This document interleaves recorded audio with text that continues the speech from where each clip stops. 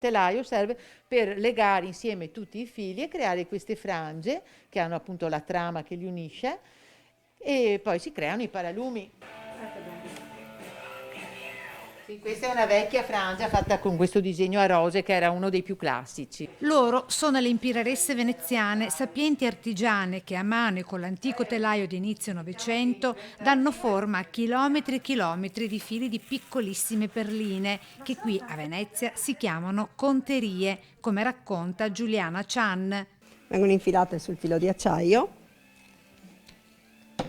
con l'aiuto di un filo di cotone per fermare la collana, vengono infilate, che è carino da vedere perché sembra tipo un po' da gioielleria, non da bigiotteria diciamo, e la collana è finita.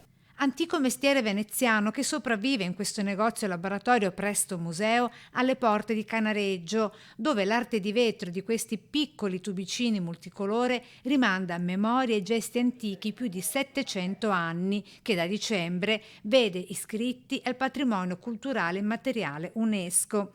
Tra borse, borsette, collane, paralumi ed orecchini, in esposizione anche lui, il temuto, odiato e indiscusso protagonista di questo momento storico, il virus.